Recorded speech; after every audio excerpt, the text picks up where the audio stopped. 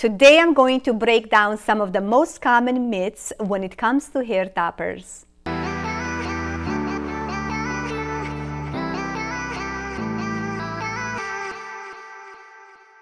Hair loss and thinning can be very stressful, and it can definitely take a toll on our self-esteem, but we are very fortunate that we have so many options to choose from when it comes to concealing hair loss. But because there are so many different options out there and so much information, you might be confused to who to trust and who to believe. That's why I wanted to sit down to talk about some of these most common myths that I hear often when it comes to alternative hair and hair toppers. So let's get started. Myth number one is everyone will know that I'm wearing it. This is probably one of the most common concerns that we have when we are first starting with hair toppers. But I can tell you that this is totally not true. When you properly learn how to install the hair toppers on your head, no one will be able to tell that you are wearing a hair topper unless you openly communicate with them that you are wearing one. Myth number two, styling and caring for hair toppers takes too much time. This is absolutely not true.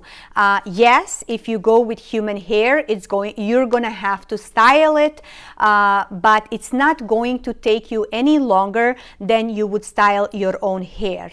For example, human hair toppers, when you style them, that hairstyle is going to last you until you need to wash it again, unless you want to touch up the hairstyle every single day. For example, for me, after I wash my hair toppers, I usually put a curl in it. Now, if you like to have a straight hair, then you would just straighten your hair topper and you would be ready to wear it every single day.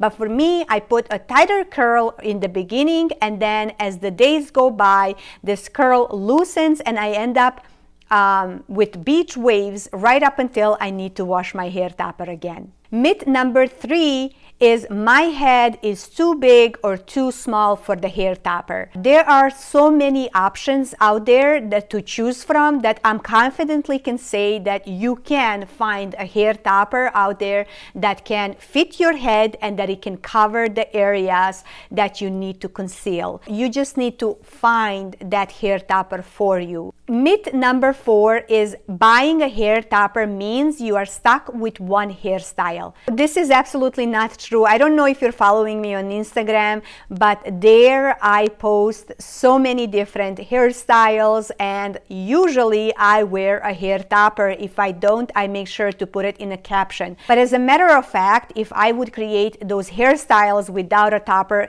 they would look really lame. So I do love to wear hair toppers and extensions when I create different type of hairstyles. And myth number five is wearing a hair topper will cause even more hair loss. Now, if you're just joining me, you probably don't know my story.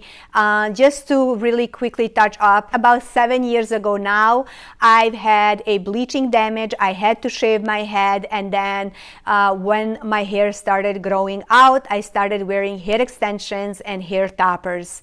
And ever since now, 6 years later, I am still wearing hair toppers, mostly because my hair actually has grew so much that I tend to lean towards the toppers more because of the volume that it gives me on top. And you can see my hair is very healthy and very long, and the longest that I've ever had in my entire life. So if hair toppers were causing hair thinning and hair loss, by now, 6 years later, I think I would start experiencing some hair loss or some hair thinning. And I hope that I have helped you clear some misunderstandings when it comes to wearing hair toppers. Now, if you have any specific questions for me, please leave them in the comments below. I'd love to answer them in the upcoming videos. And if you would like to learn more about hair toppers and how to keep your hair healthy, then check out some of these videos right here.